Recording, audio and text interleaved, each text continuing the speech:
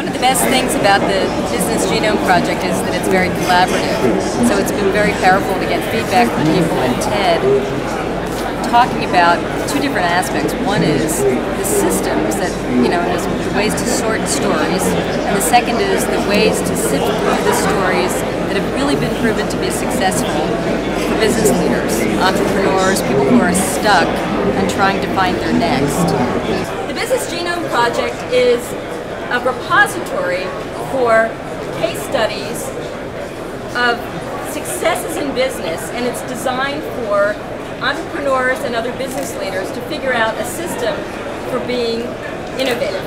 And right now what they have is innovation, which sometimes doesn't end in ROI, or there's ROI that sometimes doesn't end in innovation.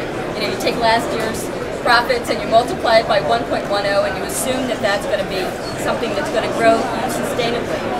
But really, the Business Genome is a system where we've started to populate an engine where you can, according to 6 genomic patterns, upload, kind of like the Encyclopedia of Life, upload case studies that then can be sifted through visually and also with cross-indexing of topics, so that if someone's stuck and can't figure out what's my next, they can look through these different case studies and find something.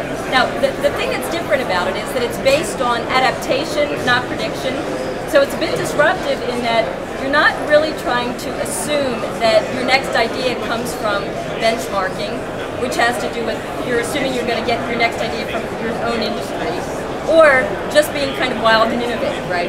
So what we're trying to do now is establish a system and a process that will take those case studies and be able to cross-reference it. Let me give you a simple example. So if you've got Pennzoil, and they're selling oil, and it's become a commodity, then they start realizing that the changing of oil as an experience could actually add some value. So you insert a Starbucks experience, so you have Pennzoil plus Starbucks equals Jiffy. But Pennzoil doesn't have case studies about things like Starbucks. They just don't. Even restaurants don't have case studies that are like from grocery stores. They think it's a big deal to find out that rotisserie chicken isn't just being sold in a chicken restaurant, but also at Costco.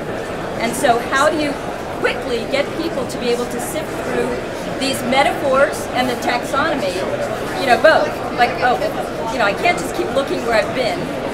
What can you do next? And the next, as we all know, because we think this way, comes from a combination of a big repository that has a great index and a great ability to sift through it, but also the ability to be innovative within structure. So you're not just going, oh, let's just do anything. You're saying, you know what, we've looked at the data and nobody's eating lunch at our restaurant. They're eating dinner but not lunch.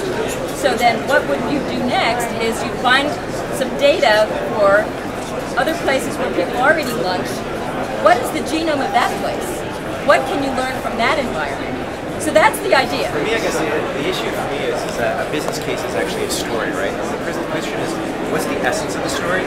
So for me, the lunch example is about an essence of how do you take your existing customers and have them use your product differently, right? Or in the Pennzoil case, it's how do I take a consumer commodity product and do something with it?